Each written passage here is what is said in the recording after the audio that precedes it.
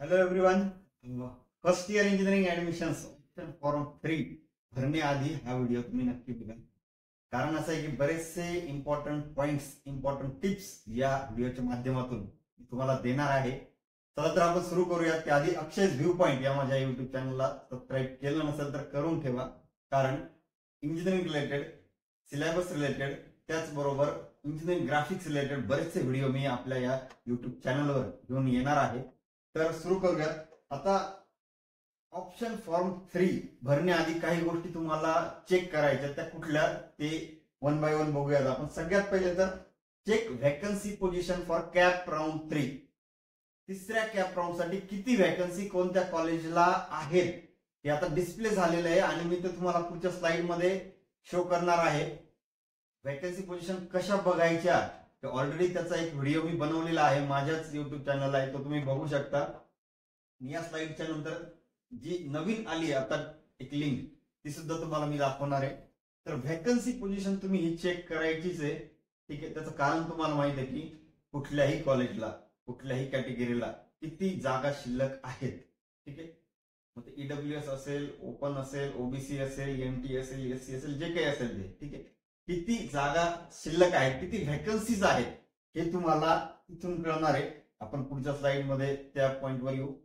ते बघितल्यानंतरच तुम्हाला option form 3 भरताना समजेल की तुमच्या कॅटेगरीसाठी व्हॅकन्सी आहे की नाही, ज्या कॉलेजला तुम्ही अप्लाय करताय त्या कॉलेजसाठी. ओके, त्यानंतर तुम्हाला institute wise allotment of previous cap round हे चेक करायचं. हे कशासाठी?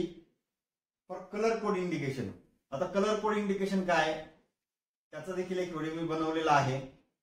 तर ब्लॅक कलर काय इंडिकेट करतं, ग्रे कलर काय इंडिकेट करतं, ग्रीन कलर काय इंडिकेट करतं, तो तुम्हाला यासाठी बघायचा आहे की ग्रे कलर जर असेल तर ऑलरेडी तो विद्यार्थी त्या कॉलेजला फ्रीज किंवा ऑटो फ्रीज म्हणजे ऍडमिशन त्यांनी घेतलेलं आहे, ऍडमिशन कन्फर्म केलेलं आहे, तो विद्यार्थी त्या कॉलेजला ऍडमिट झालेला आहे. ओके, तर ते कसं बघायचं आणि कलर कोड इंडिकेशन काय असतात त्याचा एक डिटेल व्हिडिओ मी बनवलेला आहे. त्याची तुम्हाला खूप जास्त हेल्प होणार आहे ऑप्शन फॉर्म 3 फिल करत असताना. ठीक आहे, तर हे तुम्ही अवश्य हे 2 पॉइंट बघायचे. त्याचबरोबर cut off list of cap round, जो प्रिव्हियस कॅप राऊंड असेल तुमचा, त्याच्या कट ऑफ लिस्ट बघायच्या कॅप राऊंड 2च्या.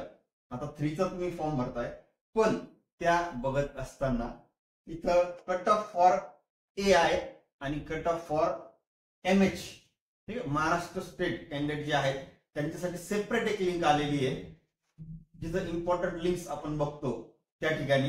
आणि AI ज्यांना JEE मेन्स ही ज्यांनी एक्झाम दिली आणि त्या थ्रू तुमचा नंबर लागला असेल तर त्याची कट ऑफ लिस्ट ही सेपरेट आलेली आहे.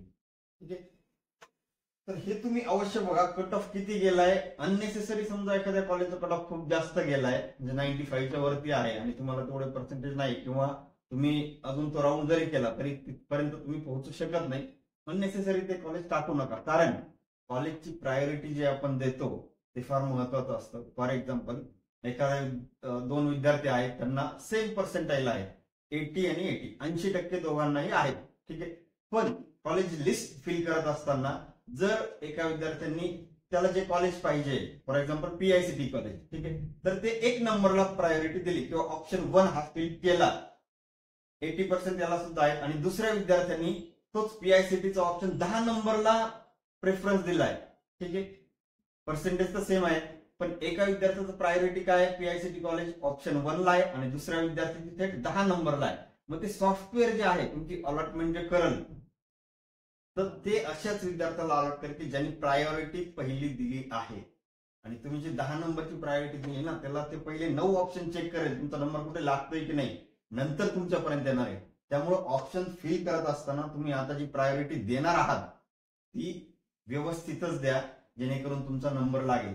आता 2-3 केसेस असू शकतात, काही विद्यार्थ्यांचे दोन्हीही कॅप राऊंड मध्ये कुठेच नंबर लागलेले नाही, तर अशा विद्यार्थ्यांनी जेवढे जास्त ऑप्शन्स देता येतील तेवढे जास्त ऑप्शन द्या. ठीक आहे, कारण असं आहे की आता लास्ट राऊंड जो असतो त्या लास्ट राऊंड मध्ये एक गोष्ट अशी आहे की फॉर एक्झाम्पल NT कॅटेगरीचं सीट आहे.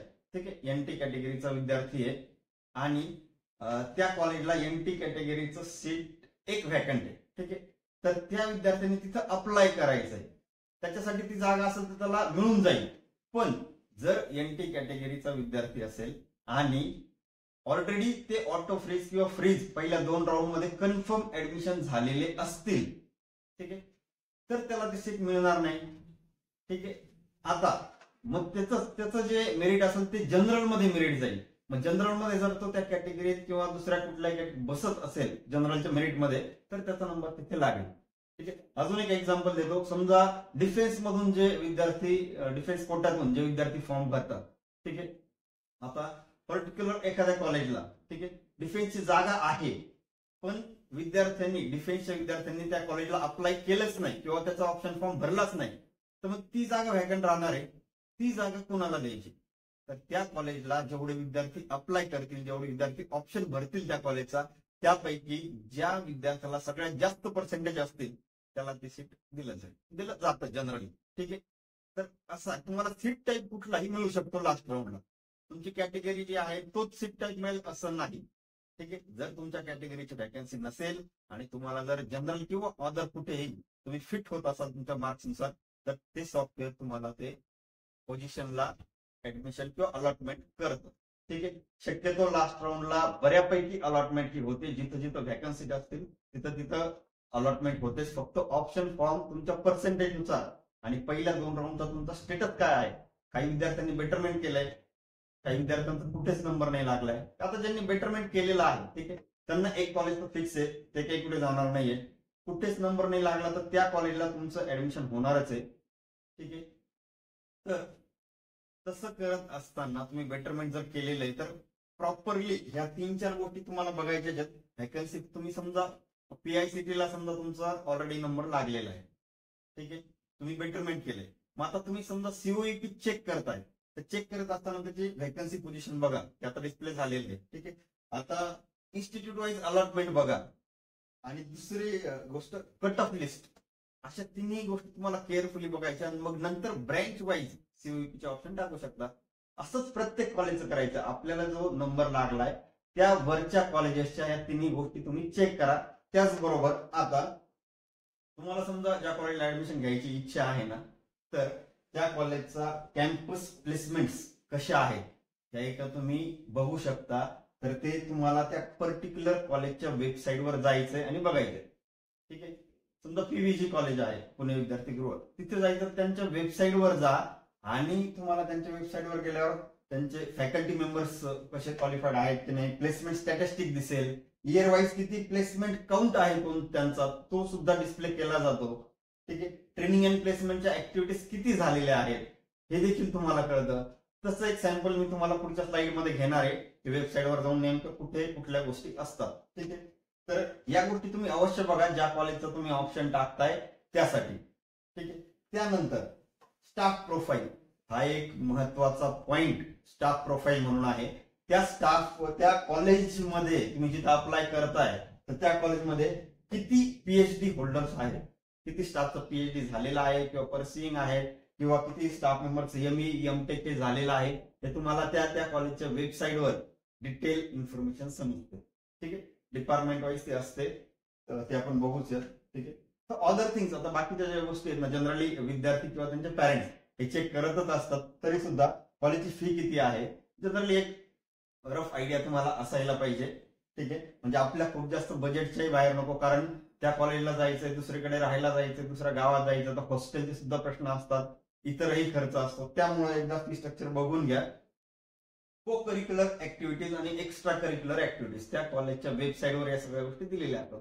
आता हा एक थोडासा वेगळा पार्ट आहे. को करिक्युलर ऍक्टिव्हिटीज काय असतात, एक्स्ट्रा करिक्युलर ऍक्टिव्हिटीज काय असतात. ठीक आहे. नंतर जर वेळ मिळाला तर मी त्याचा व्हिडिओ देखील बनवेल, नेमकं कशात तुम्ही पार्टिसिपेट करायला पाहिजे आणि या दोन्ही गोष्टींचा तुम्हाला कसा बेनिफिट होईल. ठीक आहे. भविष्यात देखील आपण ते व्हिडिओ घेऊन येणारच आहोत. त्याचं लायब्ररी वगैरे अशा हॉस्टेल फॅसिलिटी आहे का नाही. मोस्ट ऑफ द केसेसमध्ये मुलींच्या बाबतीत तर हॉस्टेल बघितलंच जातं. पॅरेंट्सचा असा विचार असतो, ठीक आहे, मुलगा असेल किंवा मुलगी असेल तर ते पहिल्यांदा कॉलेजचं हॉस्टेल आहे की नाही त्याची चौकशी केली जाते आणि प्रायोरिटी तिथं दिली जाते. ठीक आहे. तर या सगळ्या गोष्टी तुम्हाला बघायच्याच आहेत. आता मी जे सांगितलं की व्हॅकन्सी पोझिशन, इन्स्टिट्यूट वाईज आणि कट ऑफ लिस्ट, यात प्रायोरिटीने बघाच आणि तुमचं जिथं अलॉटमेंट होईल त्या कॉलेजचं तुम्ही हे सगळं चेक करू शकता. ठीक आहे, आधीही करू शकता आणि नंतर देखील. या सगळ्या गोष्टी केअरफुली बघा, कारण तुमच्या कम्प्लीट लाईफचा प्रश्न आहे. ठीक आहे, तुम्ही पुढचे 4 वर्ष त्या कॉलेजमध्ये स्पेंड करणार आहात, तिथून डिग्री घेणार आहात, तिथून नॉलेज घेणार आहात आणि इन फ्युचर तुम्हाला त्याच कोर्समध्ये जे कुठली तुमची ब्रँच असेल तिथेच तुमचं फ्युचर. ठीक आहे, हे सगळं तुम्हाला त्यावरच डिपेंड असणार की ज्या कॉलेजला तुम्ही आता अलॉट होताय आणि 4 वर्षात तुम्ही कसं स्टडी करताय. ठीक आहे, आता ही जी वेबसाईट आपल्याला माहिती आहे, बऱ्याच जणांनी आता ते लॉग इन नाही केली. लेफ्ट साईडला ज्या इम्पॉर्टंट लिंक्स आहेत तर थोडंसं झूम करतो. इथं provisional vacancy position for CAP round 3 हे आज डिस्प्ले झालेले आहे. ठीक आहे, आणि ते आल्याच्या नंतरच हा व्हिडिओ मी बनवतोय. तर इथं तुम्ही जा, परत एकदा रिपीट करतो, provisional vacancy position for CAP round 3. ठीक आहे, अशी टॅब इथं इम्पॉर्टंट लिंक्स मध्ये आलेली आहे, त्याला क्लिक करा. क्लिक केल्याच्या नंतर तुम्हाला अशी एक मोठी पीडीएफ दिसेल, त्यामध्ये किती व्हॅकंट सीट आहेत पर्टिक्युलर कॉलेजला. यावर मी डिटेल व्हिडिओ घेतलाय, तो देखील तुम्ही बघा. ठीक आहे, म्हणजे आता समजतं काय तुम्हाला. आता खूप मोठी पीडीएफ आहे, थोडंसं स्क्रोल जर केलं जात आहे, एससीईटी मध्ये किती व्हॅकन्सी तिथे दिसत आहे, त्याचबरोबर कुठल्या कॅटेगरीला व्हॅकन्सी आहेत हे केअरफुली तुम्ही बघा. ठीक आहे, कुठल्या कॅटेगरीला व्हॅकन्सी आहेत, जनरल आहेत, लेडीज आहेत, एसबीसी, ओबीसी, एनटी सगळ्यासाठी तिथे दिलेलं आहे कुठे व्हॅकन्सी आहेत आणि कुठे नाहीये. ठीक आहे, ऑलरेडी याचा व्हिडिओ झालाय, त्यामुळे आता डिटेलमध्ये आता सांगत नाही, तो व्हिडिओ तुम्ही बघा. आता मी जे म्हटलं की इन्स्टिट्यूट वाईज वगैरे सगळं बघायचं, त्याचबरोबर फॉर एक्झाम्पल आता पीआयसीटी कॉलेज आहे, त्या कॉलेजच्या वेबसाईटवर गेला तरी तिथं असं कुठल्याही कॉलेजचा तुम्हाला जिथं नंबर लागलेला आहे, जिथून तुम्ही बेटरमेंट केलेली आहे, ठीक आहे, किंवा तुम्हाला जिथं जायचंय अशा कॉलेजचं तुम्ही बघू शकता. मी हे जस्ट एक सॅम्पल बेसिसवर दाखवतोय. ठीक आहे, कारण प्रत्येक कॉलेजचं दाखवणं शक्य नाहीये, तर सॅम्पल बेसिसवर दाखवतोय. अशी जनरली वेबसाईट ज्या कुठल्या कॉलेजची असेल तर तिथं तुम्हाला बरेचसे अबाउट अस मध्ये त्या कॉलेजची इन्फॉर्मेशन असेल. तिथं डिपार्टमेंट्स मध्ये जर गेलात ना, त्या डिपार्टमेंटचे फॅकल्टीज किती क्वालिफाईड आहेत, कोणाचं पीएचडी झालंय नाही ते मगाशी जे मी सांगितलं त्याची डिटेल इन्फॉर्मेशन असते, किती स्टाफ मेंबर त्यांच्याकडे आहेत. त्याचबरोबर आता हे बघ प्लेसमेंट मी जे म्हटलं ना, तर प्रत्येक कॉलेजला अशी एक टॅब असते त्यांच्या वेबसाईटवर, प्लेसमेंट. थोडंसं झूम करतो, हे पाहताय प्लेसमेंट मध्ये जर गेलात ना, त्याचं स्टॅटिस्टिक्स असतं, त्यानंतर ट्रेनिंग ऍक्टिव्हिटीज असतात, ओव्हरव्ह्यू असतो, तिथं काउंट असतो की किती प्लेसमेंट मागच्या वर्षी झाल्यात, त्याच्या आधीच्या वर्षी किती प्लेसमेंट झाल्यात, म्हणजे 2022-23 साली किती प्लेसमेंट होत्या, आता किती आहेत, मागच्या वर्षी किती झाल्यात. ठीक आहे, अशा सगळ्या गोष्टींची इन्फॉर्मेशन इथं त्यांच्या वेबसाईटवर दिलेली असते. तर ज्या कॉलेजला तुम्ही बेटरमेंट केलेलं आहे तिथलं देखील बघा, आणि जिथं तुम्ही ऑप्शन टाकणार आहात अशा कॉलेजचं देखील तुम्हाला हे सगळं बघितलेलं चांगलं असेल, त्याचा तुम्हाला बेनिफिट होईलच. ओके, तर असं एकंदरीत आहे. आणि तुम्ही आता इथून पुढे आपले अपकमिंग व्हिडिओज अक्षयज व्ह्यू पॉइंट या चॅनलवर मी जे घेऊन येणार आहे ते ऍडमिशन इंजिनिअरिंग रिलेटेड असणार आहे. त्याचबरोबर एक सब्जेक्ट आहे इंजिनिअरिंग ग्राफिक्स, हा प्रत्येक ब्रँचच्या विद्यार्थ्याला, सगळ्याच विद्यार्थ्यांना फर्स्ट इयरला हा सब्जेक्ट कॉमन आहे. ठीक आहे, तर त्या सब्जेक्टचे रिलेटेड व्हिडिओ मी आपल्या चॅनलवर घेऊन येणार आहोत. तर कनेक्टेड राहा अक्षयज व्ह्यू पॉइंट बरोबर. थँक्यू.